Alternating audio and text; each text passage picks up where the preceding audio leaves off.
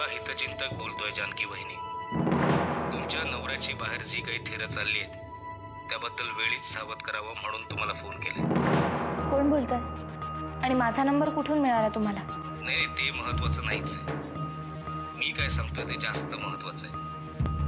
आजचा पेपर तुम्ही वाचला असेलच आणि त्यात आलेलं सगळंच खोट आहे. पेपरवाल्यांनी आपल्या विरुद्ध कारस्थान रचलंय अशा आशयाचं काहीतरी उत्तर तुम्हाला आपल्या नवऱ्याकडून मिळालं असेलच.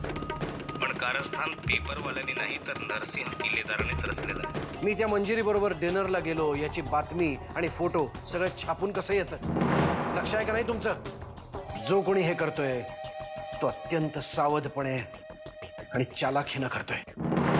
माझ्या बाबतीतली प्रत्येक बातमी मीडियापर्यंत पोहोचेल अशी यंत्रणा राबवली आहे त्यानं. माता महिमावती, तुमचा या आंदोलनाशी नेमका काय संबंध आहे?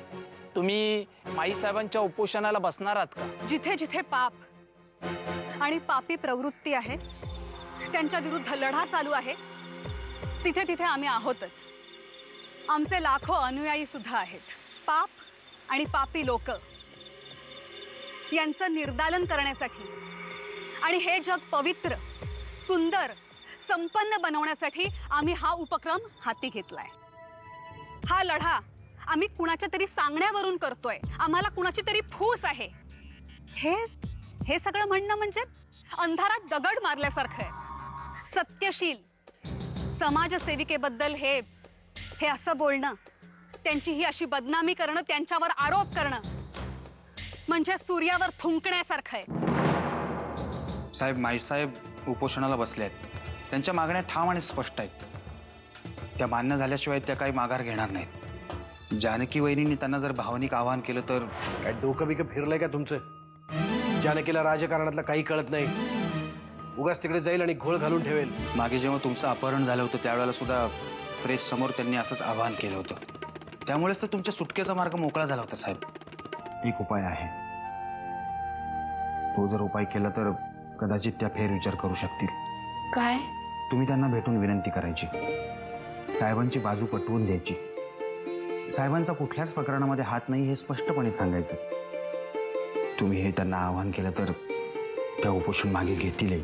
भाकणीस काका, मी त्यांना भेटून काय विनंती करणार? मी केवढी, त्या केवढ्या? त्यांचं काम सुद्धा किती मोठं आहे. माझं काय ऐकतील त्या? तुम्ही त्यांना भेटून सगळी परिस्थिती व्यवस्थित समजावून सांगा. तुमची प्रतिमा त्यांच्यावर नक्कीच छाप पाडेल. किल्लेदार इतर प्रकरणांमध्ये गुंतले त्यामुळे त्यांचं तुमच्याकडे लक्ष नाहीये. तर किती त्रास दिला असता त्यांनी तुम्हाला. आम्ही तुम्हाला सुरक्षित स्थळी ठेवलंय ना म्हणून. साहेब, तुमचे उपकार झालेत माझ्यावर, मी मान्य करतेय. पण अजून किती दिवस धीर धरायचा? सगळं तुमच्या हातात आहे. मला मदत करा ना. आई, सध्या वातावरण गरम आहे पण काही दिवसांनी प्रयत्न करू. बाळासाठी मी अजून काही करायला हवंय का? तुम्ही सांगा, मी तुम्ही म्हणाल तसं करेन. आई, आई,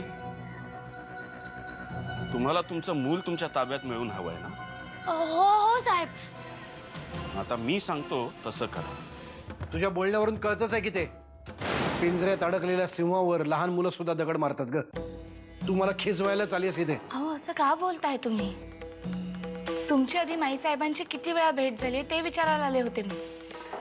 त्याबद्दल तुम्ही मला काही सांगितलं तर मला फायदा होईल ना त्याचा.